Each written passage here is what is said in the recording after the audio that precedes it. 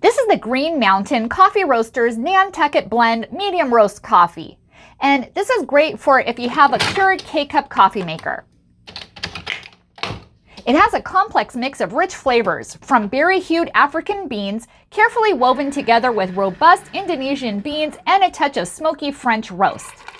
It has caramel, chocolate, and dried fruit notes, which brings balance to the full-bodied hearty blend. And this is made of 100% Arabica beans and is certified Orthodox Union Kosher. This is so bold and flavorful, and you will love it. Really wakes you up in the mornings. This is simply delicious, and it's recyclable too. So all you have to do is peel it, empty it, and recycle it as well. This smells so good.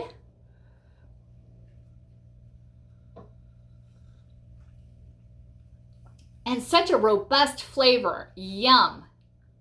Thank you for watching and hope you found this video helpful.